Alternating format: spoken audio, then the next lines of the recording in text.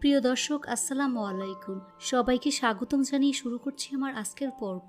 আজকে আমি আপনাদের সাথে স্পেশাল ডিম ভুনার একটি রেসিপি শেয়ার করব। দুর্দান্ত স্বাদের এই রেসিপিটি ভাত, রুটি, পরোটা, পোলাও ও খিচুড়ির সাথে পরিবেশন করতে পারবেন।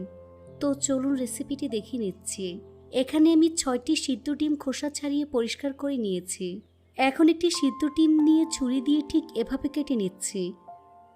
আপনারা দেখে হয়তো বা বুঝতেই পারছেন কাজটা আমি কীভাবে করছি।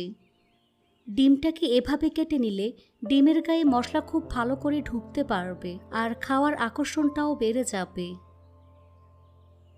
দেখুন, এরকম করে কেটে নিয়েছি। এভাবে সবগুলো ডিম আমি কেটে নিচ্ছি। একইভাবে সবগুলো ডিম আমি কেটে নিচ্ছি।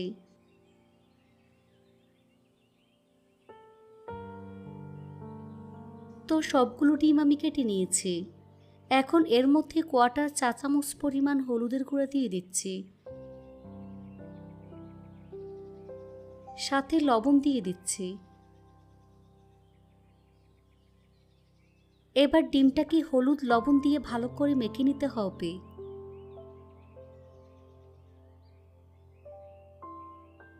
মাখানো হয়ে গিয়েছে।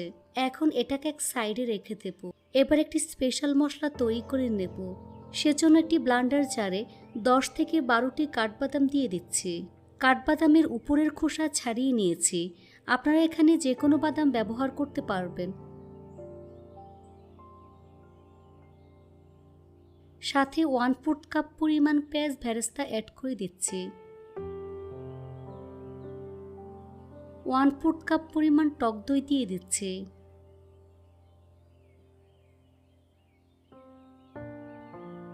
এবার ব্লেন্ডার জারে ঢাকনা লাগিয়ে খুব ভালো করে মিহি পেস্ট তৈরি করে নিতে হবে।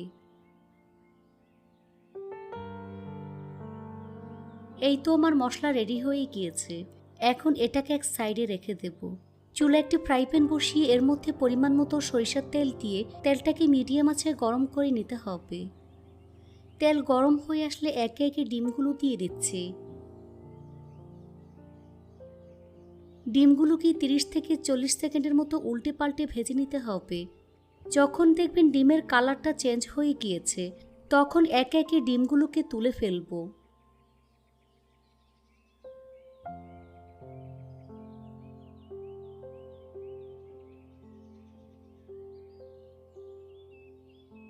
একই ফ্রাই প্যানে আরও কিছু পরিমাণ সরিষার তেল দিয়ে তেলটাকে ভালো করে গরম করে নিয়েছি।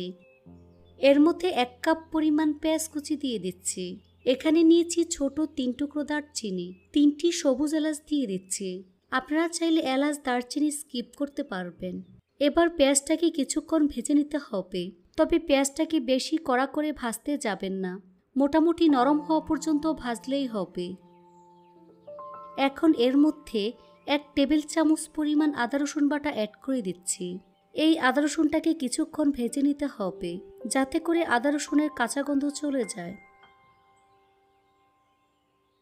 মশলাটা যাতে পুড়ে না যায়, সেজন্য এর মধ্যে সামান্য পরিমাণ পানি অ্যাড করে দিচ্ছি।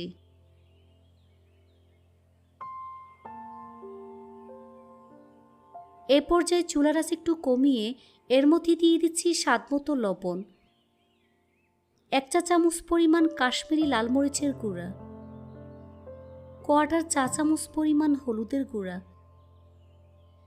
ভাজা জিরার গুঁড়া 1 চা চামচ পরিমাণ, গরম মশলার গুঁড়া কোয়ার্টার চা চামচ পরিমাণ। এবার সবকিছু একসাথে খুব ভালো করে মিশিয়ে নিতে হবে। এভাবে কিছুক্ষণ কষিয়ে নিতে হবে, যাতে করে মশলার কাঁচা গন্ধ চলে যায়। দেখুন, তেল উপরে উঠে এসেছে, অর্থাৎ আমার মশলাটা কষানো হয়ে গিয়েছে। এই পর্যায়ে কাঠবাদাম টক দইয়ের পেস্ট অ্যাড করে দিচ্ছি। ব্লেন্ডার জার ধুয়ে সামান্য পরিমাণ পানি অ্যাড করে দিচ্ছি। এ পর্যায়ে চুলাটা স্লোতে রাখতে হবে, কারণ এখানে আমি টক দই দিয়েছি। হাই ফ্লেমে রান্না করলে টক দই ফেটে যাবে। সেজন্য লো ফ্লেমে রেখে কিছুক্ষণ কষিয়ে নিতে হবে। একটু সময় নিয়ে কষিয়ে নিতে হবে, কারণ মশলাটা যত ভালো করে কষিয়ে নেবেন, এই রান্নাটা তত বেশি মজার হবে। যখন মশলা ভালো করে কষানো হয়ে যাবে, অর্থাৎ তেল উপরে উঠে আসবে, তখন এর মধ্যে 1টি টমেটো কুচি অ্যাড করে দিচ্ছি। টমেটো মশলার সাথে খুব ভালো করে মিশিয়ে কিছুক্ষণ কষিয়ে নিতে হবে।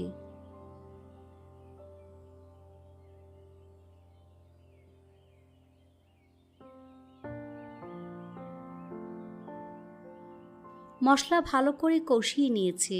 এখন এর মধ্যে 1 কাপ পরিমাণ পানি অ্যাড করে দিচ্ছি।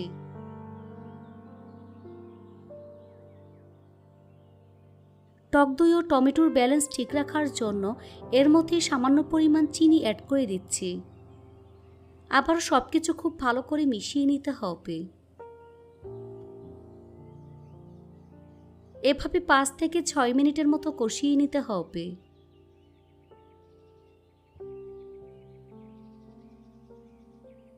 যখন মশলাটা মোটামুটি ঘন হয়ে যাবে তখন এর মধ্যে ভেজে রাখা ডিমগুলো অ্যাড করে দিচ্ছি। ডিম মশলার সাথে খুব ভালো করে মিশিয়ে নিতে হবে।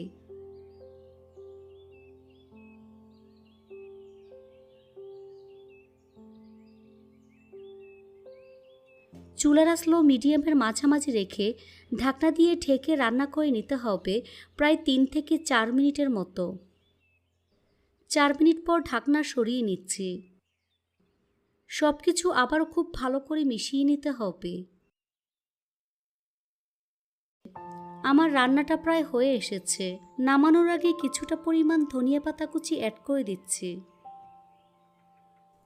ধনিয়া পাতা ভালো করে মিশিয়ে নিতে হবে।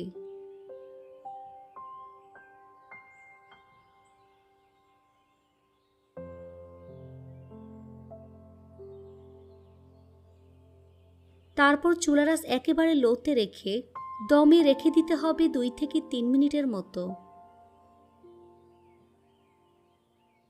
ফিরে আসলাম 2 মিনিট পর। দেখুন আমার রান্না হয়ে গিয়েছে। এখন চুলা বন্ধ করে দিচ্ছি। তারপর গরম ভাতের সাথে পরিবেশন করব। দেখুন ডিম ভুনা কতটা লোভনীয় হয়েছে। এটা শুধু দেখতেই সুন্দর না, খেতে কিন্তু অসম্ভব মজার হয়েছে। রেসিপিটি ভালো লাগলে অবশ্যই একটি লাইক দিবেন, ফ্রেন্ডস অ্যান্ড ফ্যামিলির সাথে বেশি বেশি করে শেয়ার করবেন আর আমার চ্যানেলটি সাবস্ক্রাইব করার অনুরোধ রইল।